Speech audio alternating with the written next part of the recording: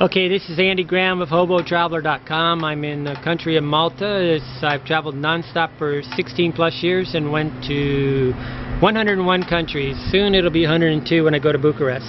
I kind of answer about the traveler's lifestyle. There's a plane above me. I'm in the Hostel Malti right now. It's kind of a backpackers hostel in Malta. Okay.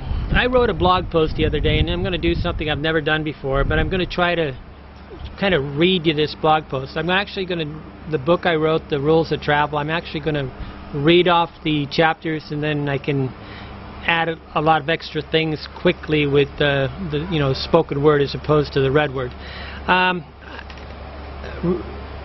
When you write a book, you got a certain type of reader, but there's a lot of people have audio books so they can listen to them. And I'm going to kind of make it into an audio book. You wouldn't necessarily need to see me talking because you could actually listen to it. But I wrote this blog post because I kind of had an epiphany here in the last month or so. And it's because I'm in all these hostels with all these younger travelers or wannabe travelers or whatever they are. A lot of college kids, I guess. And I feel younger, and why do I feel younger? It's because they really make me think, okay, and they keep me young. But I wrote a blog post the other day, and I'm going to read it to you.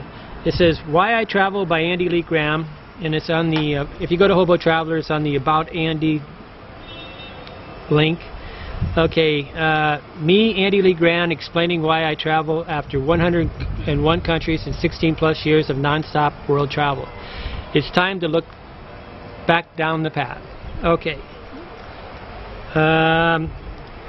Okay, there was a question put on the table 15 to 16 years ago while talking in the hotel Casa Argentina in Xela, Guatemala.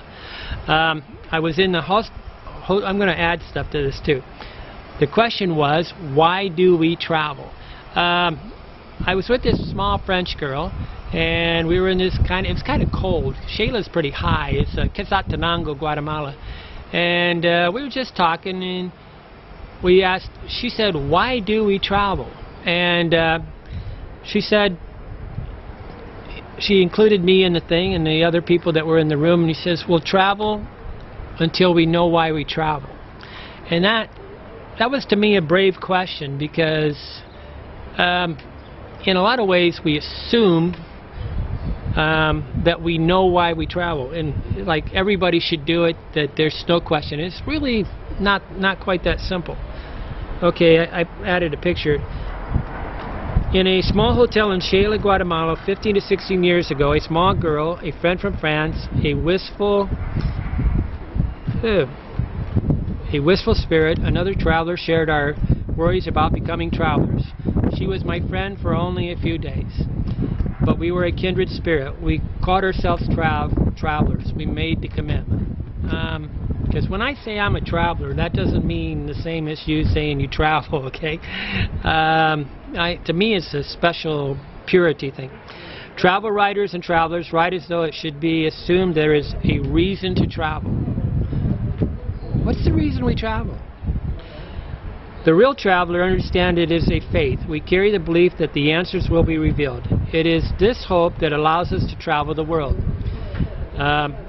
We have the faith that we're traveling for a reason. We don't really, it's an abstract reason in our head. It's not a clear reason. It's gray. It's not clarity at all, but we just know that we're doing the right thing. We dream of arriving to our destination to understand what motivates us to travel.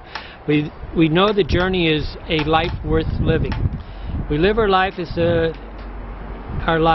if there is a meaning to life. We travel as if there's a meaning to travel.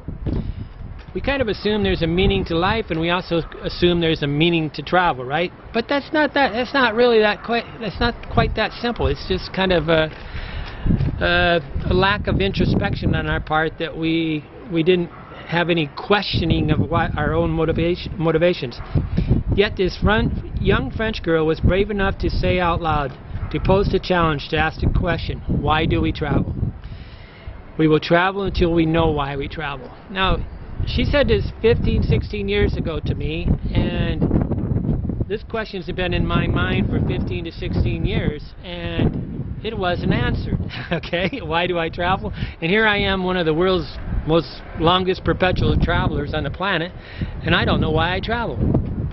But I have faith that I was doing the right thing, and it was enjoyable, right? Okay, that was over 15 years ago, and my journey has been long. I am Andy Lee Graham, a traveler. Travel is a journey somewhere between insanity and genius, always teetering between the two. We travel with faith, hope, and dreams. We take comfort in knowing that each day will be a new day, and there will always be a new future as collectors of as a collector of memories.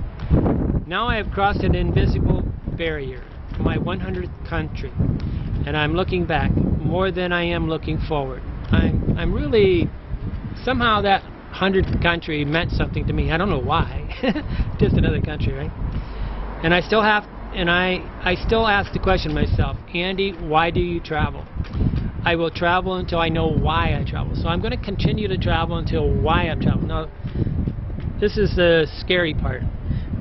The next paragraph. Maybe after 16 plus years of non-stop world travel, the good gods have granted me understanding.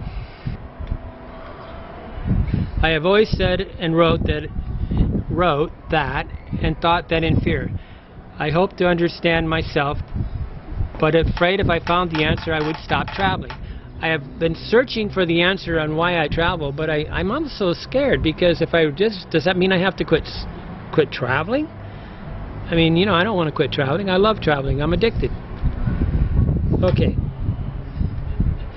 And my dreams would vanish. I would join the rest. I would become part of the world and not walk a path that is separate. A life worth living and a life less normal. To accept normal, to sit down as normal, a normal person with no plans to leave, to not be able to walk away is my nightmare. The idea that I couldn't leave a place is a nightmare to me, while most people, the idea of traveling forever is a nightmare to them. Most people are afraid of the unknown. For me, to know tomorrow will be almost the same as yesterday is frightening. And so I write, I talk, and I try to be brave. I am writing today with a purpose. I believe that by putting down these words, I can tell you why I travel. I journalize, right? I've written 8,000 blog posts. So after 8,000 blog posts, you realize that you really don't know what you're going to write about until you write it, and then sort of the words come.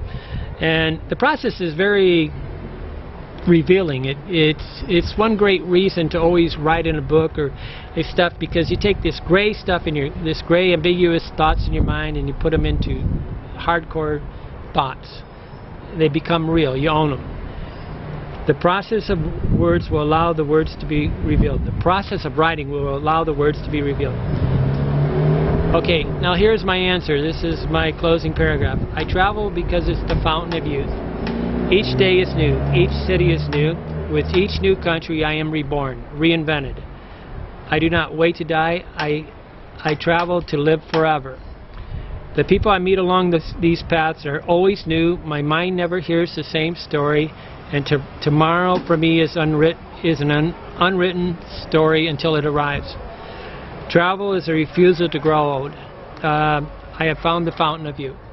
And after traveling for 6-7 weeks here with the youth of Europe and America, living, you know, their checklist, hostile lifestyles, not really traveler lifestyles, I realized that the constant bombardment of new ideas, new thoughts, and challenging ways of looking at things keeps me young. And you just can't be judgmental in a hostel. While if you do the same thing, talk to the same friends every day, you can be judgmental. And you can get into a rut, as they say, and your life sort of ends. I just am emotionally challenged every day, and this keeps me young. And it keeps me young at heart. Okay, this is a blog post, and you can actually go read it if you go to the hobotraveler.com thing. I'm going to Now that I've read it out loud, I'm going to go correct a few things. But travel is the fountain of youth. That's because all our ideas must change and they must evolve, because we're talking with new people all the time. When we talk with the same people every day, we can become stagnant, and that is how we slowly die. Okay, Andy Graham, the fountain of youth. Andy Graham, hobotraveler.com.